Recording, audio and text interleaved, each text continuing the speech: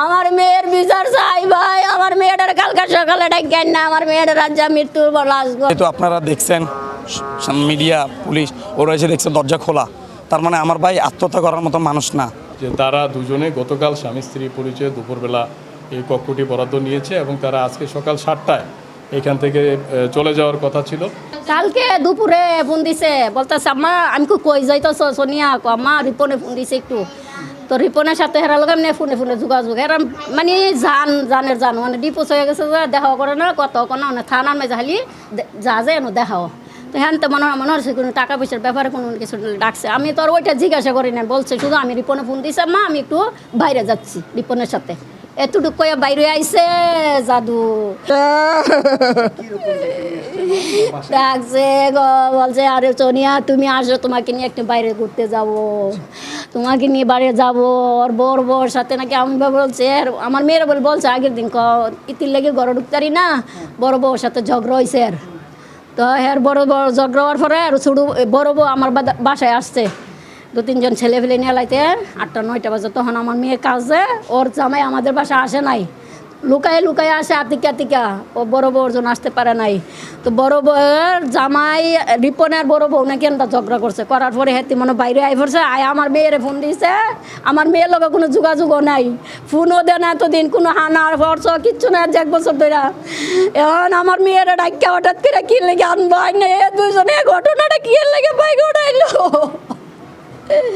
আমার মেয়ের লোক যদি দুশ্মনী কোনো অন্যরকম থাকতো আজ আপনাদের বলতি, মানে হেরা বেশি প্রিয় জামাই বউ, হেরা ভালোবাসা বিয়া করছে। সেপারিং হওয়ার পর ও চাইতেছে, ওরে চাইতেছে সেপারি হওয়ার পর ওরে কুটো আমরা আমার মেয়েটা কেস করছে। আমার মেয়েটার পাশে দাঁড়ানো না, একটা শুরু ভাই বাপটা হার্ট অ্যাটাক করছে, আমি অসুস্থ, আমার মেয়ের পিছে কেউ নাই, আমার মেয়ে একা লড়তেছে। অঞ্জন 3 মাস পরে যেন আমার মেয়েটার ডিভোর্সের কাগজটা আমাদের বাসায় পাঠাইছে। আমার মেয়ে অনেক কষ্ট পাইছে, আমি অত ভালোবাসা বিয়েটা করলাম, আমার না জানে ও চাপে পড়ে একটা ডিভোর্সের কাগজ পাঠাইছে।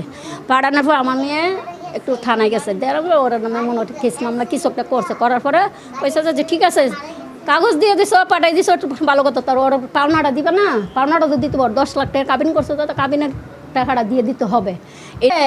কালকে দুপুরে ফোন দিছে, বলতেছে আম্মা আমি কই যাইতেছ সোনিয়া, আম্মা রিপনে ফোন দিছে একটু, তো রিপনের সাথে হেরা লোক এমনি ফোনে ফোনে যোগাযোগ, এরা মানে জানের মানে ডিপোজ হয়ে গেছে যে দেখাও করে না, কত কোনো থানার মেজা খালি যা যায় এনে দেখাও।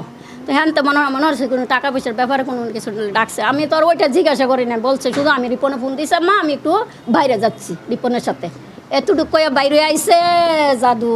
তো আপনারা দেখছেন মিডিয়া পুলিশ ওরা এসে দেখছে দরজা খোলা, তার মানে আমার ভাই আত্মহত্যা করার মতো মানুষ না। ঠিক আছে, আমি এটার একটা সুস্থ একটা তদন্ত চাচ্ছি, আর একটা বিচার চাচ্ছি, সুস্থ বিচার। তো ঈদের 1-2 দিন পরও বাসা থেকে লুঙ্গি পরে বেরিয়েছে, আমি জিজ্ঞেস করছি যে কই যাচ্ছ, কথা না এখানে আছি একটু কি। তারপরও বাসায় আসেন, একদিন রাতে আসেনের পরে ওর রাতের বেলা আমার ভাবি ফোন দিয়েছে, মেয়েটা রিসিভ করছে, রিসিভ করে বলতেছে যে এই কি মানে বাজে কথা, ভাবির খুব বাজে কথা বলছে মেয়েটা।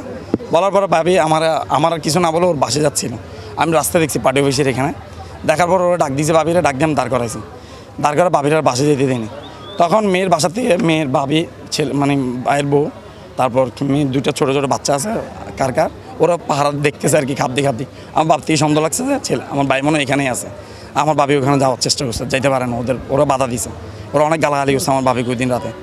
তখন মেয়ের বাবাকে আমার ভাবি কমপ্লেনটা দিছে রাতে, কথা এটা শেষ করেন না, এটা জুলে রাখি তো লাভ নাই, আপনি মেয়েটার একটু ডাক দেন, এগুলো বলছে।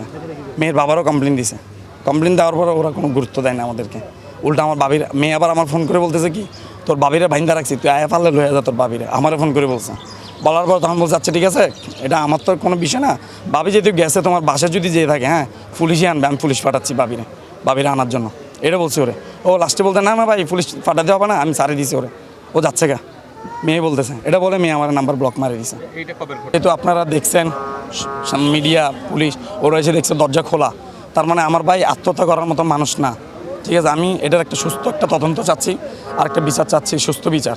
যে তারা দুজনে গতকাল স্বামী স্ত্রী পরিচয়ে দুপুরবেলা এই কক্ষটি বরাদ্দ নিয়েছে এবং তারা আজকে সকাল 7টায় এখান থেকে চলে যাওয়ার কথা ছিল। টাইম ওভার হয়ে যাওয়াতে হোটেল কর্তৃপক্ষ তখন তাদেরকে নক করতে এসে দরজাটি খোলা অবস্থায় পায় এবং ভিতরে গিয়ে রিপনকে ঝুলন্ত অবস্থায় দেখতে পেয়ে তারা রিপন বেঁচে আছে মর্মে ধারণা থেকে তারা রিপনের লাশ নামায় যখন তাকে ওইভাবে তার জীবিত আছে মর্মে কোনো সিমটম না দেখে তখন তারা অন্য কোনো ব্যবস্থা না নিয়ে আমাদেরকে তাৎক্ষণিক অবহিত করে। ফয়েজ লেক চিড়িয়াখানার গেট সংলগ্ন হোটেল রয়্যাল পার্কে একজন পুরুষ এবং একজন মহিলার মৃতদেহ পাওয়া গেছে। তো হোটেল কর্তৃপক্ষের মাধ্যমে এই সংবাদ পেয়ে আমরা দ্রুত বেলা প্রায় 11টার মধ্যে আমরা ঘটনাস্থলে উপস্থিত হই। আমি আমার অফিসার ফোর্স সহ উপস্থিত হয়ে এই হোটেল রয়্যাল পার্কের 4র্থ তলায় কক্ষ নাম্বার 409 এর ভিতরে আমরা একজন পুরুষ এবং একজন মহিলার মৃতদেহ দেখতে পাই। মহিলার নাম সোনিয়া, সে বয়স প্রায় 30 বছর। সে মহিলার মৃতদেহটি আমরা বিছানার মধ্যে শোয়ানো অবস্থায় দেখতে পাই এবং তার নাকে মুখে প্রচণ্ড ফেনা এবং লালচে তরল পদার্থ নির্গত হতে দেখি, যেটা আসলে বিষ আক্রান্তের একটা সিমটম, বিষ খাওয়ার মতো বিষয়।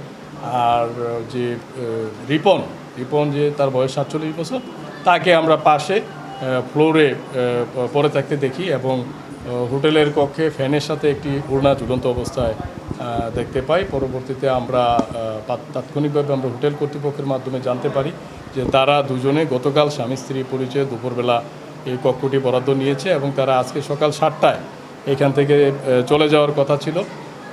টাইম ওভার হয়ে যাওয়াতে হোটেল কর্তৃপক্ষ তখন তাদেরকে নক করতে এসে দরজাটি খোলা অবস্থায় পায় এবং ভিতরে গিয়ে রিপনকে ঝুলন্ত অবস্থায় দেখতে পেয়ে তারা রিপন বেঁচে আছে মর্মে ধারণা থেকে তারা রিপনের লাশ নামায় যখন তাকে ওইভাবে তার জীবিত আছে মর্মে কোনো সিমটম না দেখে তখন তারা অন্য কোনো ব্যবস্থা না নিয়ে আমাদেরকে তাৎক্ষণিক অবহিত করে।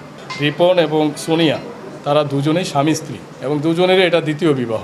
সোনিয়া আগে একটা বিবাহ করেছিল, পরে তাকে দ্বিতীয় বিবাহ করেছে এবং রিপনের স্ত্রী একজন আছে, প্রথম স্ত্রী বর্তমান থাকা সত্ত্বেও তাকে দ্বিতীয় প্রায় 13-14 মাস পূর্বে তাকে দ্বিতীয় বিবাহ করেছে। তো এই নিয়ে তাদের মধ্যে পারিবারিক এবং দাম্পত্য কলহ চলমান ছিল, যার ফলশ্রুতিতে সোনিয়া একটি কোর্টে মামলাও করেছে আমরা জানতে পেরেছি। আমরা এটা রেকর্ডপত্র সংগ্রহ করব। তো আমরা ধারণা করছি যে তাদের এই যে পারিবারিক বিভিন্ন কলহ, মনোমালিন্য বা হতাশা থেকে তারা এখানে দুজনেই আত্মহত্যা করে থাকতে পারে। তারপরেও আমরা তাদের লাশ আমরা ইতিমধ্যে আমাদের সিআইডির এক্সপার্ট টিম, পিবিআইয়ের এক্সপার্ট টিম সহ আমাদের ঊর্ধ্বতন কর্মকর্তারা ঘটনাস্থল ভিজিট করেছেন।